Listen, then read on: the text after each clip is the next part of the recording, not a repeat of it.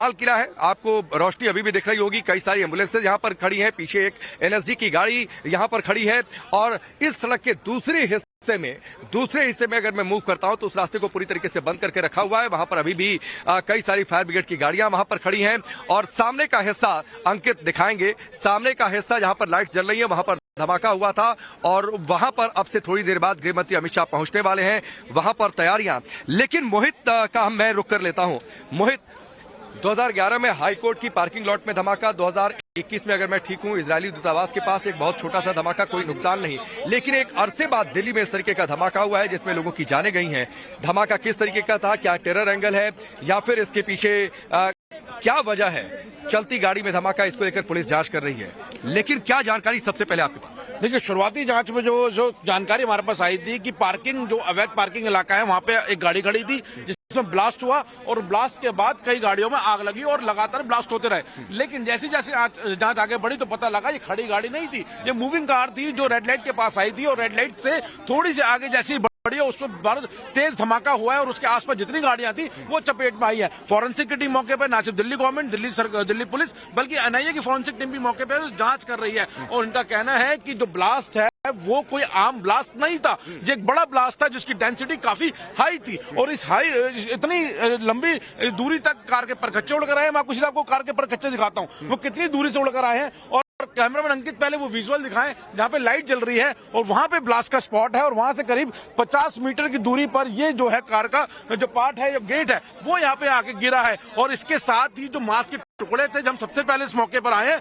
जगह जगह बिखरे हुए थे। जो आम लोग यहाँ तक बिखरे हुए थे, आम लोग जो थे वो मास्क के टुकड़े उठा के ले जा रहे थे। उसके बाद कैट्स एम्बुलेंस के आने का सिलसिला शुरू हुआ है और एक के बाद एक घायल को यहाँ से ले जाया गया है। करीब 24 घायल जो हैं वो एलएनजेपी हॉस्पिटल में गए हैं, जो सरकारी आंकड़ा आया है, और 13 की मौत हुई है। यानी बहुत बड़ा ब्लास्ट है और इस ब्लास्ट के बाद न सिर्फ सारी एजेंसीज एक्टिव हुई हैं बल्कि गृह मंत्रालय। हमने कई सारे लोगों से बातचीत की है कि आखिरकार ये धमाका किस तरीके का था। चूंकि सीएनजी गाड़ी बताई जा रही है तो क्या सीएनजी में किसी तरीके का रिसाव हुआ, वहां पर धमाका हुआ, आखिरकार वजह क्या रही इस तरीके के धमाके के पीछे? बहुत सारी बातें सामने आ रही हैं, लेकिन हर चश्मदीदों की एक बात कॉमन नहीं और वो कॉमन ये रही है कि इस तरीके के धमाके की आवाज उन्होंने अपने जीवन में नहीं सुनी। एक शख्स से हमने बातचीत की जो इलेक्ट्रिक गाड़ी में थे, करीब 10 से 20 मीटर की दूरी पर थे। वो कह रहे गनीमत थी कि मेरी खिड़की के जो कांच थे वो नीचे थे, बाकी आसपास जितनी खिड़कियां थी उनके सारे कांच जो है वो टूट गए। तो ये इस तरीके का धमाका, चूंकि आप क्राइम बीट को कवर करते हैं, आप पुलिस अधिकारियों के संपर्क में रहते हैं, कई सारी घटनाओं को आपने कवर किया है, ये लोगों की जो बातचीत है वो किस ओर इशारा कर रही है? देखिए, ये आम धमाका नहीं है, क्योंकि जो सीएनजी ब्लास्ट हमने कई बार देखा है, कई स्टेशंस पे देखा है कि सीएनजी ब्लास्ट हुआ है और वहां पे गाड़ी वहीं जल गई है। मोहित, एक तस्वीर आपको दिखाता हूं जो मैं थोड़ी देर पहले कहा था कि एनएसजी की टीम यहां पर पहुंची हुई है। टाइम्स नाउ भारत पर ये तस्वीरें आप देखिए, एनएसजी के गार्ड्स मौके पर जाते हुए, चूंकि गृह मंत्री अमित शाह आपसे थोड़ी देर बाद यहां पर पहुंचने वाले हैं, इसलिए आप ये देखिए एनएसजी के कमांडोज वहां पर स्पॉट पर पहुंच रहे हैं, वो भी इस मामले पर नजर बनाकर रखेंगे। मोहित, आप देखिए अमित शाह की मौजूदगी आने से पहले एनएसजी गार्ड से स्पॉट पर जाते हुए, बिल्कुल एनएसजी की जो जांच सीमा पहले आ गई थी और अब सिक्योरिटी जो है वो यहाँ पहुंच रही है और ये वो इलाका है राकेश जो आमतौर पर हैवी सुरक्षा सिक्योरिटी जोन वाला इलाका है, संवेदनशील इलाका है। यहाँ पे ना सिर्फ दिल्ली पुलिस बल्कि मल्टीपल फोर्सेज यहाँ पे तैनात रहती हैं, अतिरिक्त पुलिस बल हमेशा तैनात रहता है। मैं अंकित से उनके आसपास दिखा है जो कैमरे में सीसीटीवी कैमरा लगे, करीब 360 सीसीटीवी कैमरे। बिल्कुल, मैं एक चीज देखूं, आप ये देखिए, एक बार फिर से मैं आपको बड़ी खबर बता देता हूं जो हमने आपको सीधी तस्वीरें दिखाई हैं कि एनएसजी के गार्ड जहां पर धमाका हुआ था, एनएसजी की जांच टीम पहले से वहां पर पहुंची हुई है। मोहित जो जानकारी दी, अब एनएसजी के गार्ड उस जगह को अपने घेरे में लेंगे, लेकिन यहाँ पर आप सीसीटीवी कैमरे आप देखिए, 1 2 3 4 5 6 7 या 8 तो सीसीटीवी कैमरे मोहित लाल किले के चारों तरफ करीब 360 सीसीटीवी कैमरास लगे हैं जिनकी 24 घंटे निगरानी होती है। मल्टीपल पुलिस टीम्स हैं जो शिफ्ट में काम करती है, राउंड द क्लॉक इनकी पेट्रोलिंग, इनकी जो मॉनिटरिंग होती है, जो वहां यहाँ से जा रहे हैं वो इसमें रिकॉर्ड होते हैं। और जो चश्मदीद ने यहाँ पे हमें बताया कि जो गाड़ी जिसमें ब्लास्ट हुआ था HR 26 नंबर से रजिस्टर्ड थी और 7476 उसकी लास्ट 4 डिजिट थी और जब पुलिस ने उस नंबर को सर्च किया है तो पता लगा किसी नदीम खान के नाम पे रजिस्टर्ड है। हालांकि अभी जांच टीम नहीं बोल रही है, जो चश्मदीद बोल रहे हैं, लेकिन अपने आप में एक बड़ा खुलासा है कि कौन सी गाड़ी यहाँ पर आई थी और वो मूविंग कार थी। और जब पुलिस की तरफ से जानकारी आई है, मैं एक बार जरा तस्वीरें दिखाता हूँ, आप ये सामने आप देखिए, लाल किले और खिड़कियों से रोशनी, लाल किले की प्राचीर। मोहित, यहाँ पर आम दिनों में बहुत सारी भीड़ भाड़ रहती है, लेकिन चूंकि आज आम लोगों के लिए लाल किला बंद था, मंदिर है वहां पर भीड़ होती है, इस वजह से बंद था। यहाँ पर बहुत ज्यादा भीड़ होती है और खासतौर पर शाम के समय एक हादसा और बड़ा करने की साजिश थी, अगर इसके पीछे टेरर एंगल है, क्योंकि यहाँ पर भीड़भाड़ होती है, शायद सोचा कुछ गया था, हो कुछ गया। देखिए, यहाँ पे गौरी शंकर मंदिर है जिसमें सोमवार के दिन बड़ी मात्रा में श्रद्धालु आते हैं, शिव भक्त आते हैं। और यहाँ पर लाल किले को इसलिए आज के दिन बंद किया जाता है कि यहाँ पे एक तरफ ट्रैफिक बहुत ज्यादा बिजी हो जाता है, और आज के दिन को चुनना, किसको टारगेट करना था, ये अपने में एक बड़ा सवाल है। और जो जांच में बिल्कुल सामने निकल कर आएगा कि टारगेट किसको करना था। और ठीक लाल किले के पास आके ही ब्लास्ट क्यों होता है, जैसे रेड लाइट क्रॉस करते हैं वैसे ही कि ब्लास्ट होता है। तो ये समझने वाली बात और सवाल खड़े होते हैं कहीं ना कहीं जांच एजेंसियों पे भी, क्योंकि इस जगह पर जब इतना ट्रैफिक होता है, खासकर जब पीक आवर होते हैं 6:55 के आसपास, तो एक बात और है मोहित, मैं आपको रोकता हूं, चलते चलते बातचीत हमारी ये जारी रहेगी। फरीदाबाद में आज ही बड़े मात्रा में 2900 किलो कम नहीं होता है, 2900 किलो जो है विस्फोटक बरामदगी होती है।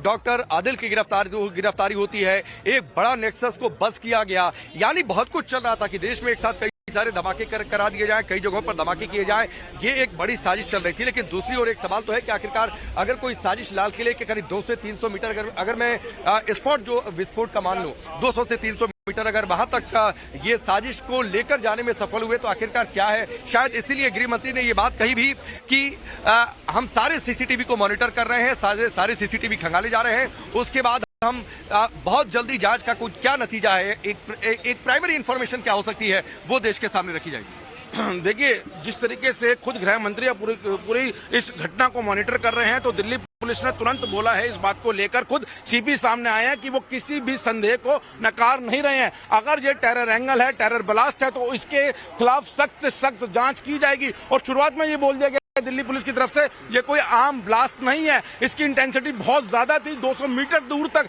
शीशे बिखरे हैं, गाड़ियों के परकच्चे उड़े हैं, लोगों के शरीर के टुकड़े उड़े हैं। तो आप समझ सकते हैं राकेश कि कितना बड़ा ब्लास्ट और इस तरीके की प्लानिंग थी। अगर उस गाड़ी के अंदर लोग थे तो कहीं ना कहीं अगर टेरर एंगल है तो ये फिदाइन हमला भी हो सकता है। लेकिन अभी थोड़ा सा इंतजार करना होगा। आप ये देखिए, एनएसजी गार्ड को आपने जाते हुए देखा, एनएसजी का वाहन और एनएसजी को खासतौर पर ऐसे मामलों से निपटने में माहिर होती है, ऐसे मामलों के विशेषज्ञ होते हैं। आतंक से जुड़ी कोई विपदा होती है या फिर जहां जरूरत होती है वहां इन्हें डिप्लॉय किया जाता है। हमने इन्हें अलग अलग समय पर, चाहे मुंबई अटैक हो या फिर देश पर कोई भी संकट आया, उस समय हमने उन्हें देखा है। और खासतौर पर ये बॉम्ब डिस्पोजल इक्विपमेंट जो लेकर यहाँ पर आए हैं, क्योंकि ये पूरी तैयारी के साथ एनएसजी कमांडोज, और एक और तस्वीरें देखिए, सिर्फ इतने नहीं, एक और एनएसजी कमांडोज का दस्ता जो है वो स्पॉट पर जाते हुए मोहित एक यूनिट और जा रही है मोहित। बिल्कुल, देखिए लगातार यूनिट जो है लगातार एनएसजी की बढ़ रही हैं, और ये वो सिक्योरिटी फोर्स है जिसको इसी खतरे से निपटने के लिए बनाया गया है। आपको याद होगा जिस तरीके से मुंबई ब्लास्ट हुआ था, एनएसजी का जो रोल प्ले हुआ था, उसके बाद से एनएसजी का रोल काफी ज्यादा अहम हुआ है। और जब भी लाल किले में कोई बड़ा इवेंट होता है, खास अगर 15 अगस्त की बात करें, तो एनएसजी यहाँ पर तीसरे दिन आके, मतलब यानी 15 अगस्त से 3 दिन पहले आके एनएसजी को कवर कर लेती है,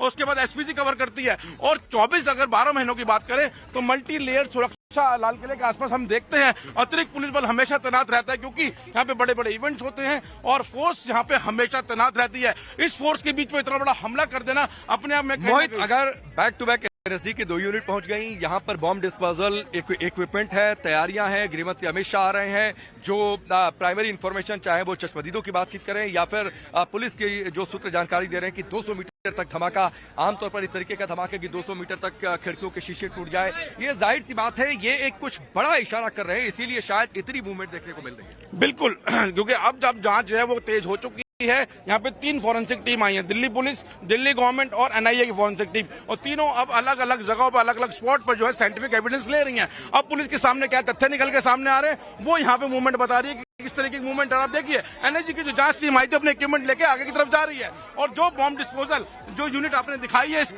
हमने इसका इस्तेमाल देखा था 2 साल पहले, जब दिल्ली आप देखिए, जो मोहित जानकारी दे रहे थे, जो एनएसजी की जांच टीम है वो इक्विपमेंट जो अपने साथ लेकर गए थे या फिर सैंपल, वो शायद इस बैग में या बक्से में, कह सकता हूं काले रंग के बक्से में भर कर लेकर जा रहे होंगे मोहित।